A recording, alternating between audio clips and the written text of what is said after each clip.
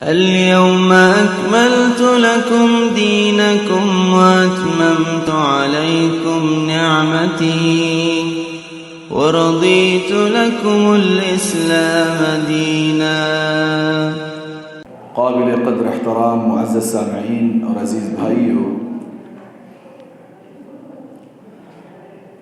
یہ دین اللہ کا نازل کردہ دین ہے۔ یہ شریعت محمد الرسول اللہ صلی اللہ علیہ وسلم کے اصولوں پر بنائی گئی ہے۔ آدمی اس دین پر جس جانفشانی کے ساتھ، جس کڑن اور لگن اور محنت کے ساتھ زندگی گزار کے دین پر چلتا ہے، اللہ تبارک و تعالی ایسے بندے کو دنیا میں خوشحال زندگی، جسے ہم کامیاب والی زندگی کہتے ہیں، پرسکون زندگی عطا فرماتے ہیں۔ اور آخرت میں تو ایسے انسان کے لیے تو وہ سب کچھ ہے جو اللہ تبارک و تعالیٰ نے اس کے لیے تیار کر رکھا ہے۔ اللہ بندے سے یہ کہتے ہیں کہ تو تھوڑا وقت جو میں نے کہا ہے اس کے اعتبار سے گزار دے، تو پوری زندگی جو تیری قیامت والی زندگی، عالم برزخ والی جو حیات ہے، جو کبھی ختم نہیں ہوگی، ان لمیٹڈ جو لائف ہے، اس میں تجھے بالکل خوشحال رکھوں گا۔ بلکہ یہاں تک بھی آتا ہے روایتوں میں کہ حضرت موسیٰ علیہ السلام کے زمانے میں عمریں لمبی ہوا کرتی تھی۔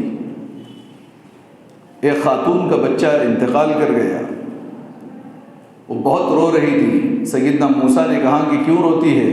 ایک زمانہ وہ آئے گا جس وقت لوگوں کی کل عمر جو ہے 60 و 70 کے درمیان ہوگی۔ تو اس عورت نے کہا کہ اگر اتنی زندگی اگر میں اس زمانے میں ہوتی تو 60 و 70 سال کی زندگی ایک ہی سجدے میں گزار دیتی۔ 200 250 300 سالہ زندگی ہوا کرتی تھی۔ اس امت محمدیہ کو اخیر میں اتارا گیا ہے دنیا میں، اور بہت کم ٹائم اس کو دیا گیا ہے۔ 60 و 70، حضور نے خود فرمایا کہ میری امت کی عمر بین 60 و 70، 60 و 70 کے درمیان اوسطاً۔ اس سے کم میں بھی مر جاتا ہے آدمی، اس سے زیادہ بھی جو جی لیتا ہے، وہ الگ بات ہے۔ مجموعی اعتبار سے آپ خود حضور نبی کریم کی زندگی دیکھیں، 63 سال کی ہے۔ صدیق اکبر بھی 62 ایئرس 62 سال کے ہیں۔ حضرت علی کا بھی وہی حال ہے، حضرت عثمان کا بھی۔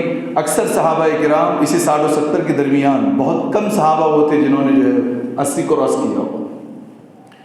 ہم آج کل ہمارے بھی حالات میں دیکھتے ہیں کہ ہمارے جو پیرنٹس ہیں، باپ دادا ہیں، وہ 60 و 70 کے درمیان تقریباً مر جاتے ہیں۔ اس میں جو ہے 30 سالہ زندگی نکاح سے پہلے کی زندگی ہوتی ہے، ایک جوانی کی لائف ہوتی ہے، بچتا ہی ہے 30 سال اس کے پاس میں، جو شعور کو پہنچتا ہے، خود مختاری کو پہنچتا ہے، انڈیپینڈنٹ جب وہ بنتا ہے، تو اس کے بعد 30 سال اس کے پاس رہتے ہیں۔ ان 30 سالوں میں اسے وہ سب کر جانا ہے جو اللہ اور اس کا رسول چاہتا ہے۔ شریعت جو مطلوب کرتی ہے، اس تمام باتوں پہ جو ہے وہ عمل کرنا ہے۔ اس عمل کے میدان کے اندر انسان کو اپنی زندگی کا ٹائم سیٹ کرنا ضروری ہے کہ اس ٹائم میں مجھے یہ کرنا ہے اور فلاں وقت میں یہ کرنا ہے۔ اپنی زندگی کا محاسبہ اور ٹائم سیٹ ہونا ضروری ہے۔ جب انسان کی لائف کسی ٹائم سیٹ کے ساتھ گزرتی ہے، وہ انسان کبھی ناکام نہیں ہوتا۔ اور جس انسان کے پاس کوئی مشن نہیں ہے، کوئی ٹارگیٹ نہیں ہے، جس کو وہ اچیو کرنا چاہے، اس کو پار کرنا چاہے، تو انسان پوری زندگی، اس کو 60 70 سال نہیں 600 سال بھی دے دیے جائیں تو ویسٹ ہوں گے، حاصل کچھ نہیں ہوگا۔ اس کی مثال بڑی اچھی یہ ہے کہ جیسے اکثر ہم ہوائی جہاز کا سفر کرتے ہیں، ٹرینوں کا سفر کرتے ہیں، تو وہاں پر اچھے بڑے خوبصورت ویٹنگ روم بنائے جاتے ہیں۔ جو ویٹنگ روم بنانے کا مقصد یہ ہوتا ہے کہ اگر ٹرین یا جہاز کے آنے میں اگر 1 گھنٹہ 2-4 گھنٹے باقی ہیں، تو مسافر وہاں تھوڑی دیر ریسٹ کرتا ہے، سستاتا ہے، آرام کرتا ہے۔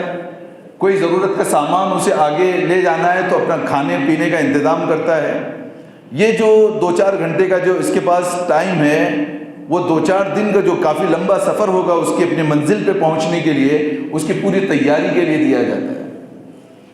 مگر افسوس ہے کہ کچھ لوگ کیا کرتے ہیں، اس ویٹنگ روم کی زیب و زینت کے اندر جو ہے وہ منہمک ہو جاتے ہیں۔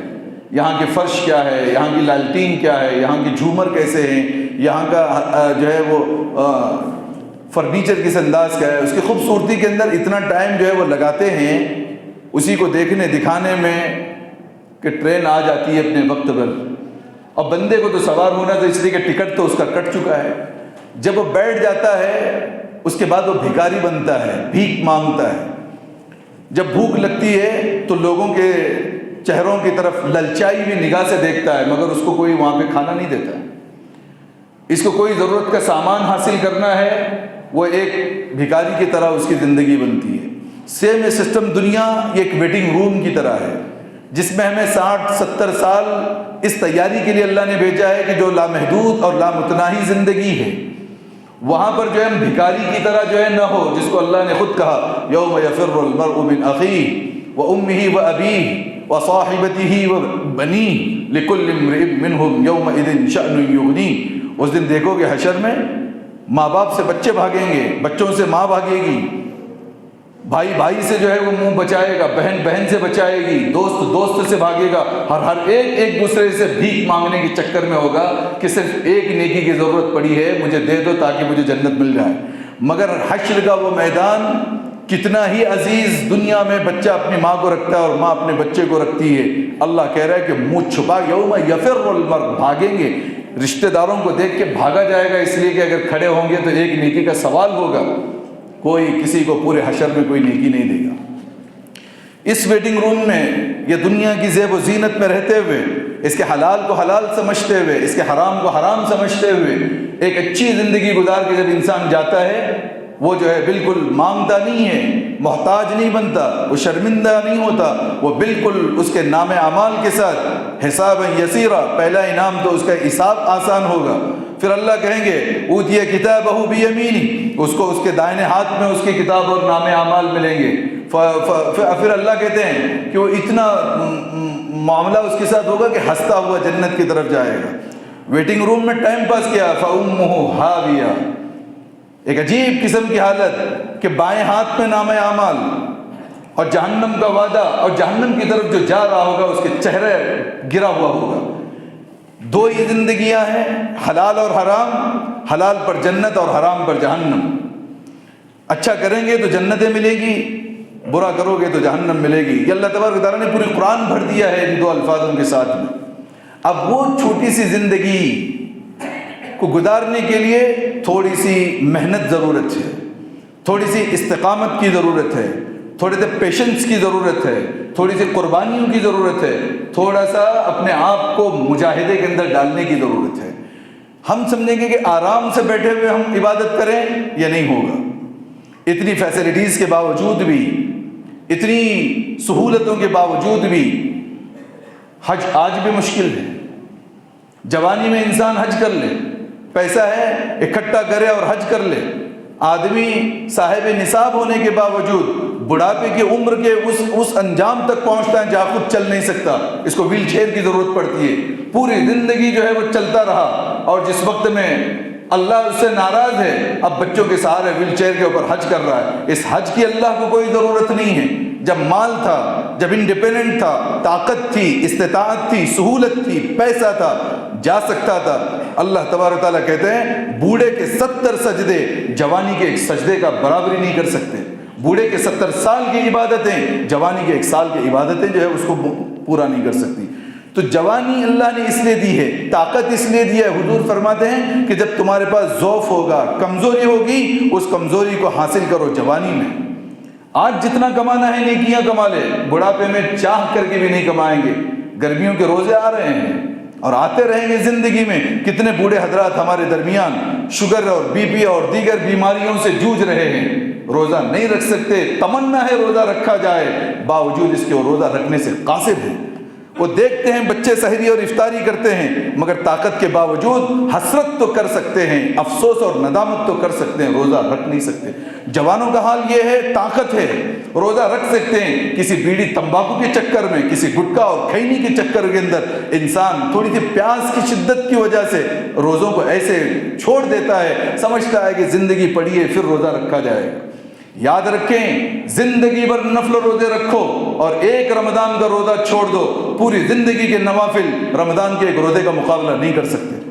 فرض وہ ہے جو اللہ نے کہہ دیا، نوافل وہ ہیں جو ہم نے پڑھی ہیں، ہمارا لاکھوں کا پڑھا ہوا بھی اس فرض کا کبھی مقابلہ نہیں کر سکتا۔ تو جوانی کی اس طاقت کو، مال کی اس طاقت کو حالت اسلام پر استقامت کے ساتھ جو ہے وہ لگانا چاہیے۔